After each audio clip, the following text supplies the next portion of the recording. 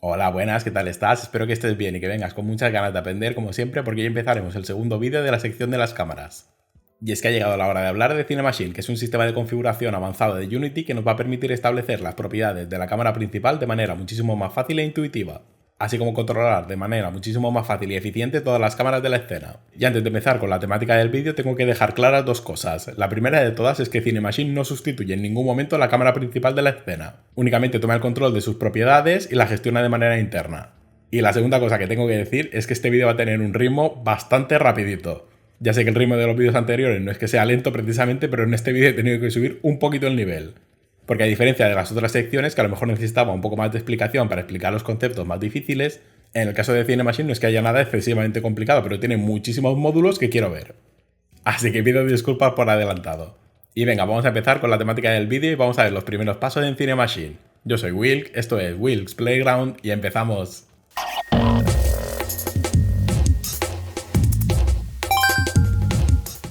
Vale, pues lo primero que tenemos que ver, como no podía ser de otra manera, es cómo podemos instalar CineMachine en nuestro proyecto si no está instalado ya. Y digo esto aunque suene un poco raro porque la verdad es que no sé si Unity tiene instalado CineMachine en todos los templates, si solamente lo tiene instalado en algunos, si lo tiene instalado en todos los pipelines o no. Así que por si acaso vamos a verlo. Para que al menos sepas si tienes que instalarlo o eliminarlo como puedes hacerlo de manera manual. Así que vamos al editor y vamos a verlo. Para ver si tu proyecto tiene instalado el módulo de CineMachine, lo único que tienes que hacer es pulsar el botón derecho encima de la jerarquía y si tienes la sección de CineMachine quiere decir que ya lo tienes instalado. En el caso de que no lo tengas instalado, para instalarlo lo único que tienes que hacer es ir a la sección de Windows, en la sección de arriba, seleccionar la opción Package Manager y cuando lo tengas abierto ir a la sección de Unity Registry y buscar CineMachine en el buscador. Una vez con el resultado, lo único que tienes que hacer es presionar el botón de Install. Y para ver si se ha instalado correctamente, lo único que tienes que hacer es irte a la jerarquía de nuevo y ver que la sección ya está disponible. Entonces, con esto listo y asegurándote que tienes CineMachine instalado en el proyecto, podemos empezar con las explicaciones. Entonces, vamos a empezar el vídeo explicando la cámara principal sobre el cual se basa todo el sistema de CineMachine, que por supuesto no se podía llamar de otra manera que no fuera CineMachine Camera. Y lo primero que tengo que decir, aunque ya lo he dicho al principio del vídeo, es recordaros que estas cámaras en ningún momento sustituyen a la cámara principal. Lo único que hacen es tomar el control del objeto y sus propiedades. De hecho, y para que entendáis más o menos por dónde van los tiros, Unity antes llamaba al sistema de CineMachine Virtual Cameras. Y tengo que decir que personalmente me parece mucho más aclaratorio ese nombre que este. Porque las cámaras de CineMachine no son más que cámaras virtuales que van a tomar posesión de la cámara principal. Así que venga, sin enrollarme más, que el vídeo es bastante larguito, vamos al editor y vamos a ver cómo podemos crear una.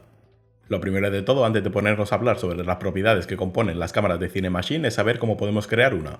Para crear una cámara CineMachine vamos a ir al panel de la jerarquía, vamos a pulsar el botón derecho, vamos a ir a la sección de CineMachine y de entre todas las opciones que vemos seleccionaremos la opción de CineMachine Camera, que será la cámara que utilizaremos para explicar los primeros pasos en CineMachine.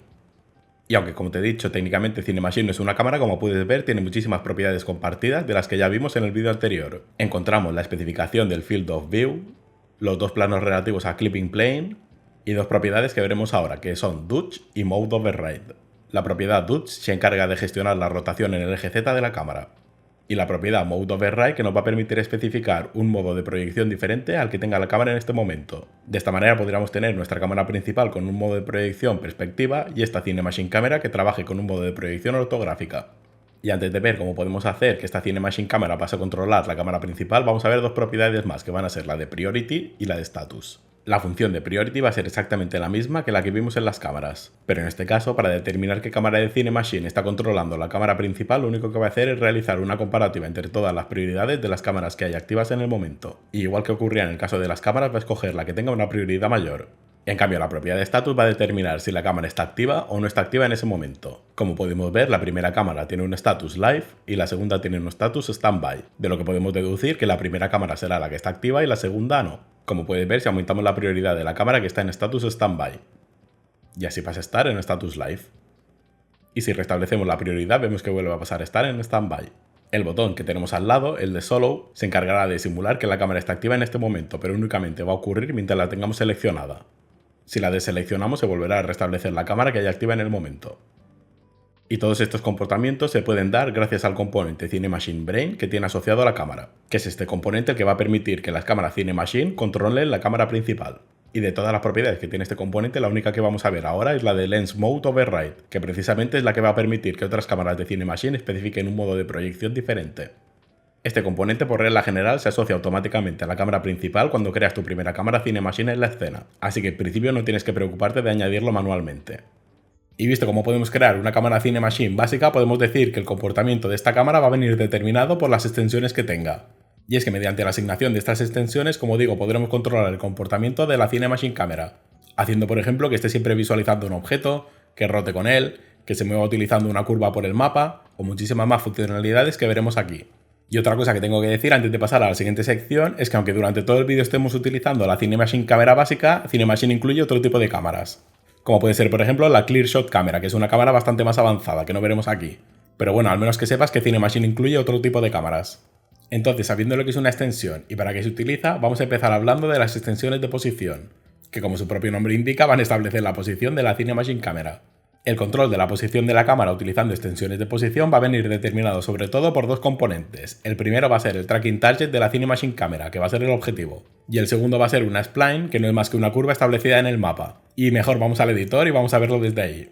Entonces hablemos de las diferentes extensiones que disponemos para controlar la posición de la CineMachine Camera. Para especificar qué extensión quieres que controle la posición de la CineMachine Camera, lo único que tienes que hacer es ir a la sección Position Control, desplegar el drop-down y seleccionar la que tú quieras.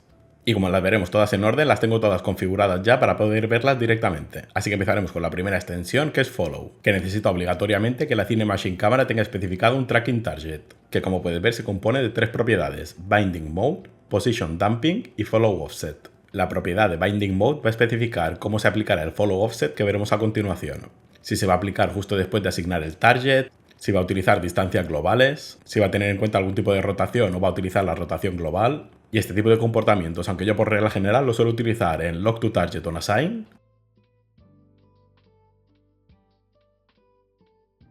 en Lock to Target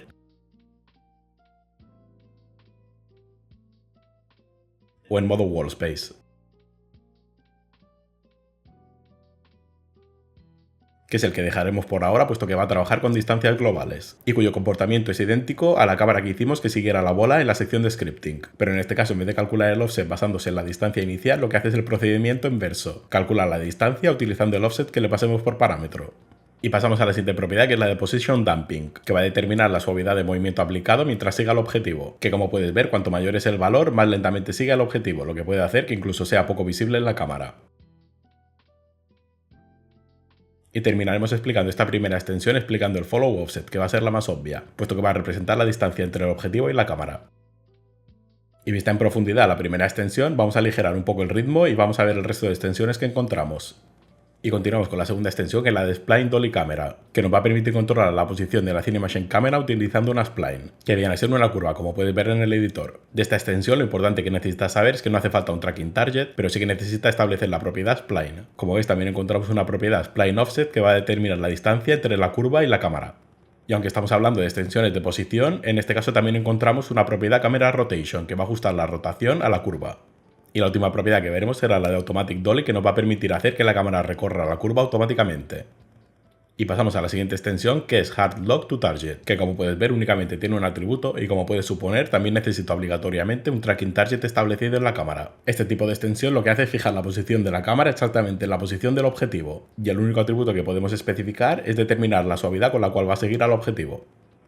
Y si he aligerado los dos últimos métodos es precisamente porque los tres que quedan son bastante complicados, así que vamos a los siguientes. Es hora de hablar de la extensión Third Person Follow, que también va a necesitar un tracking target establecido en el componente CineMachine Camera, que está pensado para que me entiendas fácilmente en el sistema de cámara que utiliza Resident Evil 4, es decir, cámara al hombro, que empieza definiendo la propiedad Damping, que como en los casos anteriores va a determinar con la suavidad con la cual va a seguir al objetivo.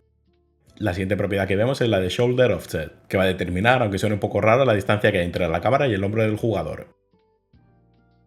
La siguiente propiedad, Vertical Arm Length, va a determinar la altura del brazo del jugador, lo que influirá directamente en la altura de la cámara.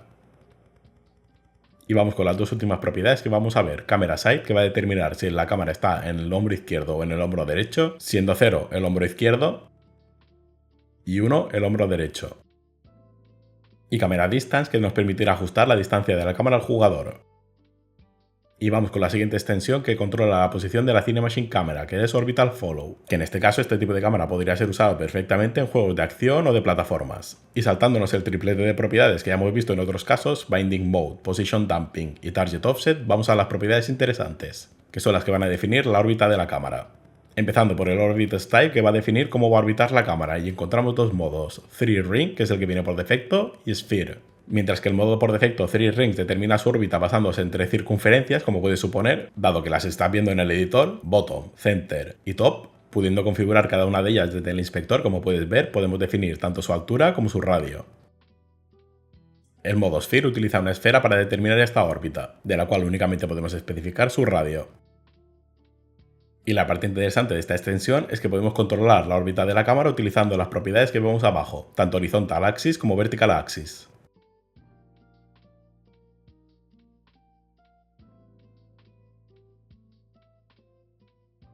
Pudiéndole especificar un máximo y un mínimo de rango, para evitar, por ejemplo, que la cámara dé la vuelta completamente.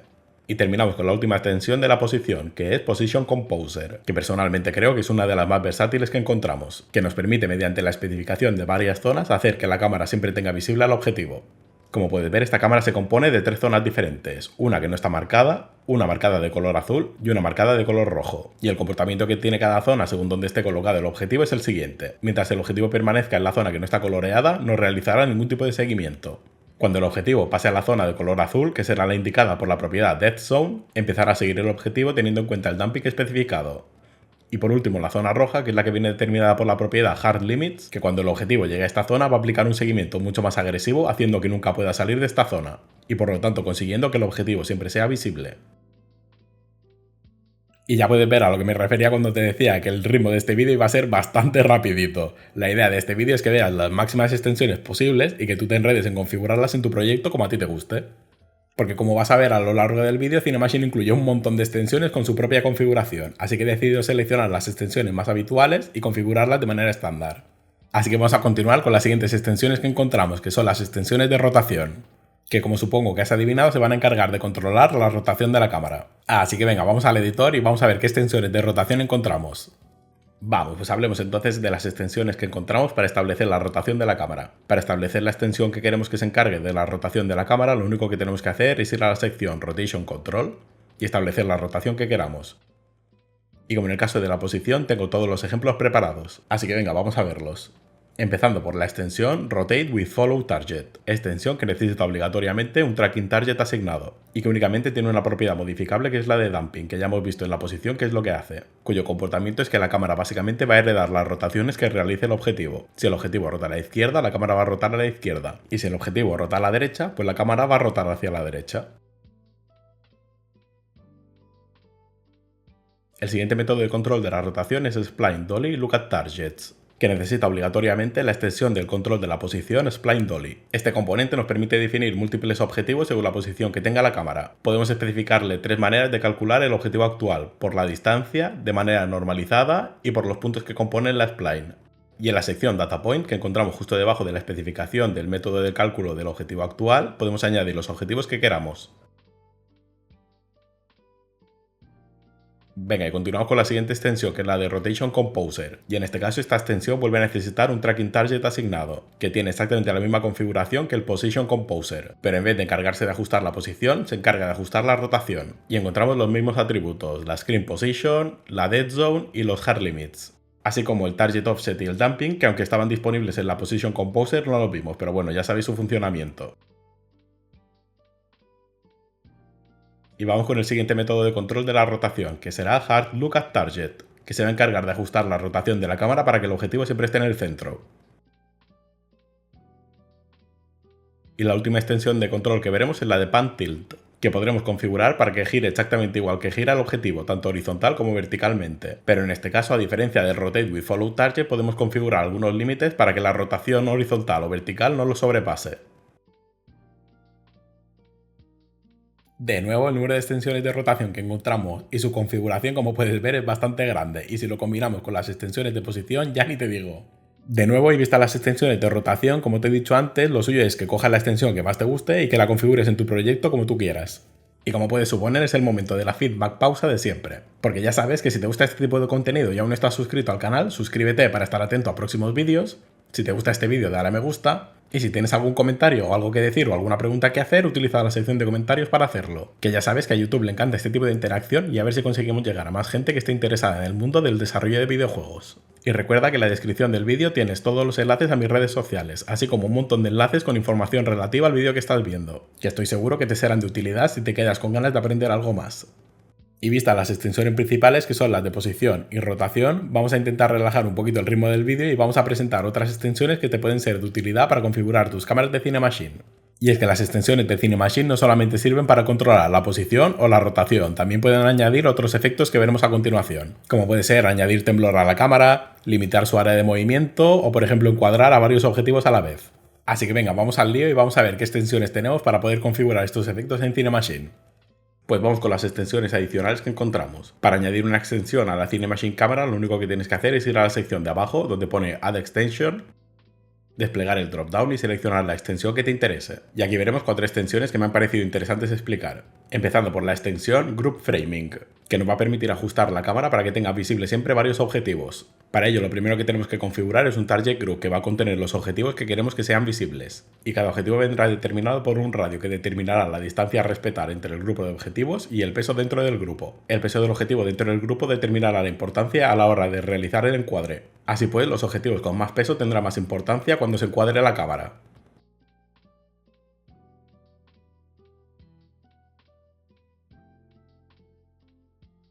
Y cuanto mayor sea el radio, más espacio se tendrá en cuenta a la hora de encuadrar los objetivos.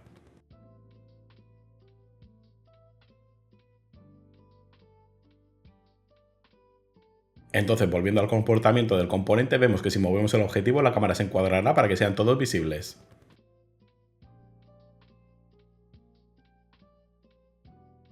Y vamos con la siguiente extensión, que es la de Confiner 3D, cuya funcionalidad limitará el movimiento de la cámara al collider que le pasemos por parámetro. Esta extensión tiene una variación llamada Confiner 2D, que en vez de aceptar un collider 3D, aceptará un collider 2D. Y continuamos con la próxima extensión, que es Basic Multichannel Perlin, que aunque el nombre no sea muy intuitivo, nos permitirá aplicar un movimiento sobre la imagen visualizada de la cámara. Lo buenísimo que tiene esta extensión es que realmente no está moviendo la cámara, únicamente está moviendo la imagen producida, como puedes ver en el inspector. Y lo que determina cómo va a ser este movimiento va a ser un elemento llamado Noise Profile, que podemos generar nuestros propios perfiles de ruido o utilizar los que nos da Unity por defecto.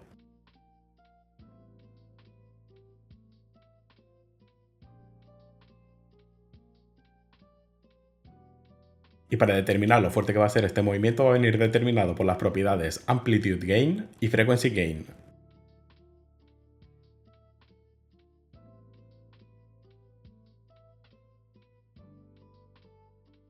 Y la última extensión que vamos a ver es la de Impulse Listener, que es muy parecida a la extensión anterior, pero en vez del movimiento ser constante va a ser invocado por una fuerza externa. Para ver correctamente esta extensión, aparte de una cámara con el Impulse Listener, necesitamos un componente Impulse Source. Y el esquema de funcionamiento va a ser el siguiente: el Impulse Source va a emitir un impulso y la cámara, al tener la extensión Impulse Listener, lo va a poder procesar. Para ello, si nos vamos al componente Impulse Source y empezamos el juego desde el editor, vemos que tenemos un botón llamado Invoke en la sección Test with Force, que se habilitará únicamente cuando el juego esté en funcionamiento y que nos va a permitir ver cómo se procesará ese impulso.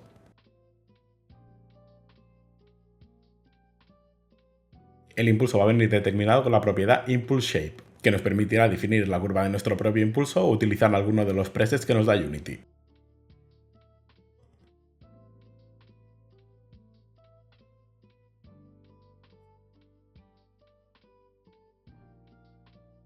Y estas son algunas de las extensiones que he decidido mostrarte, no son todas las que nos ofrece Unity. Y además tienes que saber que tú mismo puedes hacer tus propias extensiones mediante scripting. Y el próximo punto que vamos a ver es cómo podemos especificar la transición que vamos a utilizar al pasar de una cámara Cinemachine a otra. Ya que una cosa que tienes que saber a la hora de trabajar en el desarrollo de videojuegos es que es bastante habitual encontrar escenas con varias cámaras a la vez. Y mediante estas transiciones va a ser como vamos a determinar cómo se va a pasar de una cámara a otra. Y como no puede ser de otra manera, vamos al editor y vamos a ver qué transiciones tenemos para ajustar este cambio de cámaras. Entonces vamos a ver qué transiciones encontramos para pasar de una Cinemachine cámara a otra. Para ver los modos de transiciones que tenemos, podemos ir al Cinemachine Brain de nuestra cámara principal Y en la propiedad Default Blend veremos disponibles las que tenemos. Además de que podemos especificar su duración en el campo de texto que tenemos a la derecha. Entonces, si iniciamos el juego desde el editor, vamos a ver qué transiciones tenemos para alternar entre CineMachines cámaras. Empezando por la transición de Cut, que va a hacer un cambio instantáneo entre las dos cámaras, sin ningún tipo de transición.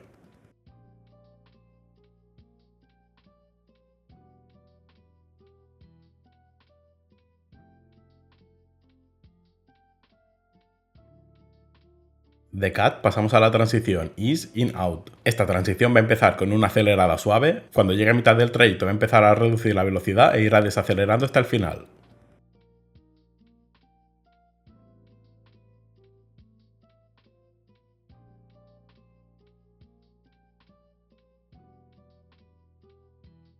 La próxima transición que vamos a ver es la de Ease In, que va empezando poco a poco y va a ir acelerando hasta el final.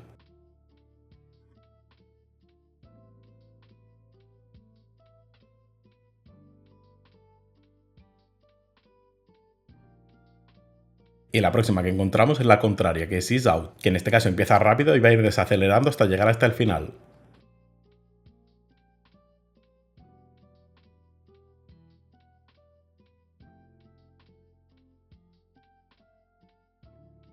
Y las próximas dos transiciones, Hard In y Hard Out, son las mismas transiciones que las anteriores, pero sin la curva de suavizado. Empezaremos viendo la transición de Hard In.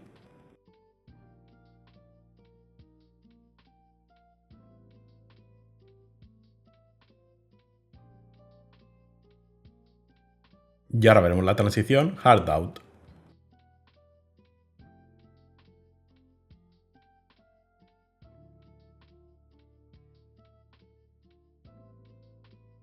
Y la última transición que nos queda es la de lineal, que va a aplicar la misma velocidad durante toda la transición.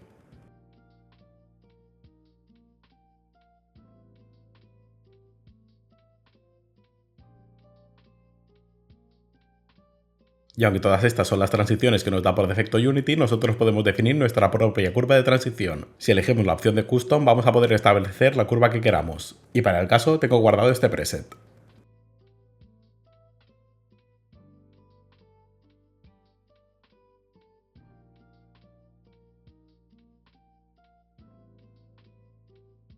Y recuerda que exactamente igual que ocurría en los otros casos, estas transiciones pueden ser completamente configurables con lo que busques en tu proyecto.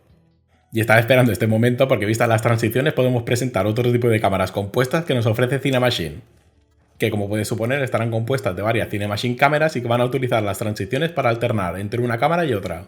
Lo bueno que tienen este tipo de agrupaciones es que te facilitan un montón el control de varias cámaras de manera simultánea. Así que sin perder más tiempo vamos al editor y vamos a ver qué cámaras compuestas tenemos. Pues es hora de combinar todo lo visto para explicar las cámaras compuestas. Empezaremos explicando el sistema CineMachine Mixing Camera, que para crearlo lo único que tenemos que hacer es en el panel de la jerarquía pulsar el botón derecho, sección CineMachine y seleccionar la opción de Mixing Camera.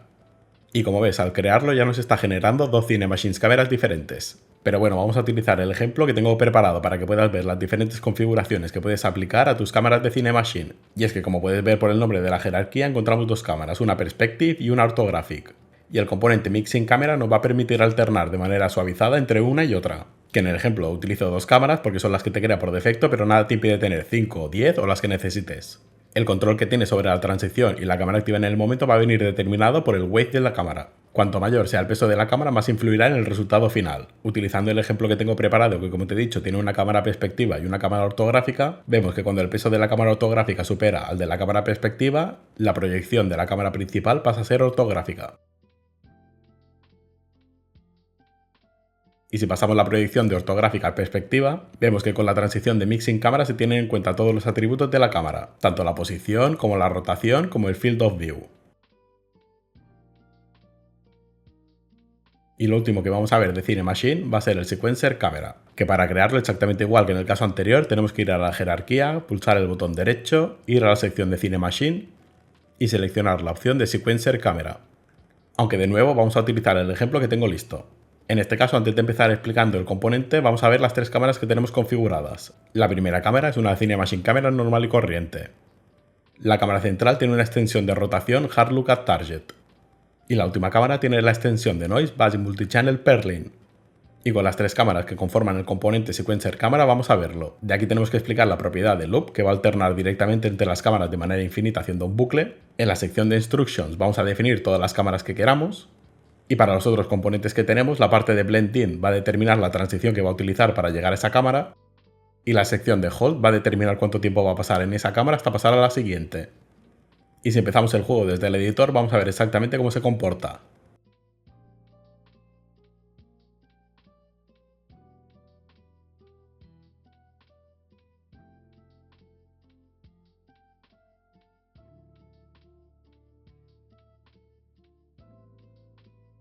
Como puedes ver, al utilizar las cámaras compuestas facilita un montón la gestión de múltiples CineMachine cámaras de la escena. Y algo que tendremos que implementar mediante un script propio y Unity nos lo ofrece de manera nativa con estas cámaras compuestas. Y visto todo esto, me gustaría hacer un pequeño parón a la sección de CineMachine y hacer una pequeña recapitulación de todo lo que hemos visto hasta ahora. Y es que con todo lo que hemos visto en este vídeo y lo que hemos visto en vídeos anteriores, he preparado este pequeño ejemplo para que veáis lo que hemos aprendido hasta el momento. Para realizar este ejemplo se ha tenido en cuenta la sección de scripting para realizar los scripts, la parte de interfaz de usuario para gestionar la interfaz de usuario y la parte de CineMachine Cámara para el control de la cámara. Y a excepción de las animaciones del jugador, que será lo que explicaremos en la próxima sección, todo lo demás deberías ser capaz de implementarlo por tu cuenta. Y para terminar con la sección de las cámaras, vamos a ir al editor y vamos a ver el minijuego que tengo preparado. Y para que veas el esquema de los elementos que te acabo de mencionar, vamos a ver los componentes que conforman este minijuego. Y empezaremos explicando los dos tipos de triggers que encontramos en el juego. El primero es para realizar el cambio de la cámara y el segundo es el pickup de los documentos. Y de estos dos triggers que encontramos empezaré explicando el que se encarga de realizar el cambio de la cámara, que como puedes ver está en la disposición de los triggers en el escenario. Y esta es la estructura que tiene cada trigger, que como puedes ver está conformado de un collider que está marcado como trigger, y además de un script propio que se llama Change Camera Trigger, que únicamente tiene visible una variable desde el editor que es CineMachine Camera, que será la que se establecerá cuando el personaje entre en contacto con el trigger. Pero bueno, para que veas exactamente cómo lo hago, vamos a ver el script. Y como puedes ver, el script no puede ser más simple. Lo único que tiene el script, aparte de la exposición de la variable CineMachine Camera, es la comprobación en el onTriggerEnter de si el objeto que ha colisionado es el jugador, mediante el uso de la función compareTag, en cuyo caso lo único que hace es llamar a la función setCineMachineCamera del Camera Controller. Y exactamente igual que os dije en el caso de las layers del vídeo pasado, lo que son los tags y para qué se usan lo vamos a ver en otros vídeos. Aunque en este caso, como puedes ver, el tag se utiliza para identificar un GameObject concreto y específico de la escena. Entonces vamos a pasar a ver el script de Camera Controller, que como puedes ver está implementado como un singleton. Lo que es un singleton, que si quieres lo puedes buscar, es un patrón que se utiliza en la programación orientada a objetos. Y generalmente se utilizan en estructuras que únicamente requieren una instancia en ejecución, como es el caso del Camera Controller, que si quitamos las instrucciones relativas a la implementación del singleton, encontramos una variable privada de tipo CineMachineCamera y un método público que es el que hemos utilizado antes, que es setCineMachineCamera, que se encargará de cambiar la cámara activa en ese momento y de eliminar el target de la cámara anterior y establecerlo en la cámara nueva. Además también encontramos una variable expuesta que es initialCineMachineCamera, con la cual estableceremos la cámara inicial del juego, y en el await se establece el valor de CineMachineCamera a esta cámara. Y con esto hemos visto tanto el controlador de la cámara como el trigger, que si te lo estás preguntando, los dos controladores que encontramos, Camera Controller y Game Controller, están asociados al GameObject CineMachineGame, que actúa como base para todos los elementos jugables. Y visto este primer trigger, vamos a pasar al segundo, que es el que se encarga de realizar los pickups de los documentos. Como puedes ver, los GameObjects relativos a los pickups están conformados de varios componentes diferentes, empezando con el Sphere Collider, que está marcado como trigger. El siguiente componente, Document Pickup Trigger, va a ser el componente que vamos a ver, y los otros dos componentes que quedan son los que se encargan de realizar el movimiento de arriba a abajo y la rotación del objeto. Y vamos con la estructura del script que nos interesa, que es la del trigger, que como puedes ver, si cabe, es aún más simple que el trigger anterior. En este caso encontramos la misma comprobación que hemos hecho antes para ver si el trigger ha colisionado con el jugador. Si es así, se llama una función llamada notifyDocumentPicket del Game Controller, que como puedes ver está implementado también como singleton. Y justo después se llama un método llamado destroy, que pertenece a MonoBehavior, al cual le pasaremos el GameObject que tenga asociado este script. Que la funcionalidad de este método no es más que eliminar el GameObject que le pasamos por parámetro de la escena. Y vista la estructura de este script, como en el caso anterior, vamos a ver la estructura del Game Controller. Y empezaremos explicando las variables expuestas, que como puedes ver son dos. Un array de TextMeshProWidth, que contendrá los textos relativos a las tres misiones que veremos en pantalla, y otra variable de tipo AudioClip, que contendrá el efecto de sonido que se emitirá cuando se coja un documento. Como variables privadas encontramos una referencia al componente AudioSource, que será el que se encargará de emitir el sonido, y un entero que representará el número de documentos que ha cogido el jugador.